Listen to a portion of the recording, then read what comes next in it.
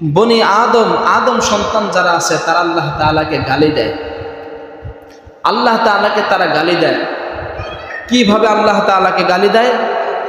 সময়কে গালি দেয়। সময়কে গালি দেওয়া হচ্ছে আল্লাহ তাআলাকে গালি দেওয়া। হযরত আবু হুরায়রা থেকে বর্ণিত, নবী করিম সাল্লাল্লাহু আলাইহি ওয়াসাল্লাম বলেন, আল্লাহ তাআলা বলেছেন, বনি আদম আমাকে কষ্ট দেয়। নবী করিম সাল্লাল্লাহু আলাইহি ওয়াসাল্লাম বলেন, আল্লাহ তাআলা বলেছেন, বনি আদম আমাকে কষ্ট দেয়।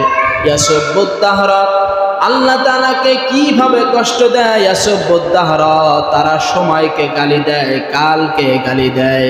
ওয়া আনাদ দাহরু, আমি সময়, আমি কাল। আমার হাতেই সবকিছু, রাত এবং দিনের পরিবর্তন আমার হাতেই, কিন্তু মানুষ এই সময়কে গালি দেয়।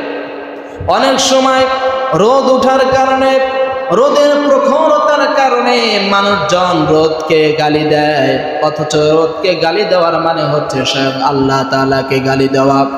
অনেক সময় কেউ ধান সিদ্ধ করেছে, রোদ উঠতেছে না, এই কারণে রোদকে গালি দেয়, স্বয়ং আল্লাহ তাআলাকে গালি দেওয়া হয়।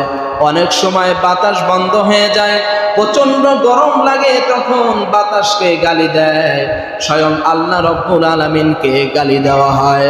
অনেক সময় ঝড় হয়, বৃষ্টি হয়, আকাশ থেকে শিলা বৃষ্টি বর্ষণ হয়, তখনও তারা ওই বৃষ্টিকে, ওই শিলা বৃষ্টিকে গালি দেয়। হাদিস দ্বারা বোঝা যায় তারা ওই বৃষ্টিকে গালি দেয় না, তারা ওই রৌদ্রকে গালি দেয় না, তারা ঝড় বৃষ্টিকে গালি দেয় না, স্বয়ং আল্লাহ রব্বুল আলামিনকে তারা গালি দেয়। স্বয়ং আল্লাহ রব্বুল আলামিনকে তারা গালি দেয়। ইয়াসুব্বুদ দাহরা, কেননা তারা সময়কে গালি দেয়। ওয়া আনাদ দাহরু, আমি হচ্ছে সময়, আমি হচ্ছে কাল। এ কারণে আমাদেরকে সময়কে কখনো গালি দেওয়া যাবে না, ঝড় বৃষ্টি রোদকে কখনোই গালি দেওয়া যাবে না। সর্ব অবস্থায় সর্বোপরি আল্লাহ তাআলার শুকরিয়া আদায় করতে হবে। কারণ আমরা আল্লাহ তাআলার ইবাদত থেকে বহু দূরে চলে গেছি। আমরা আল্লাহ তাআলার নাফরমানের উচ্চ শিখরে পৌঁছে গেছি, যেই কারণে আল্লাহ পাক রব্বুল আলামিন মাঝে মাঝে আমাদের উপর রাগান্বিত হয়ে যায়।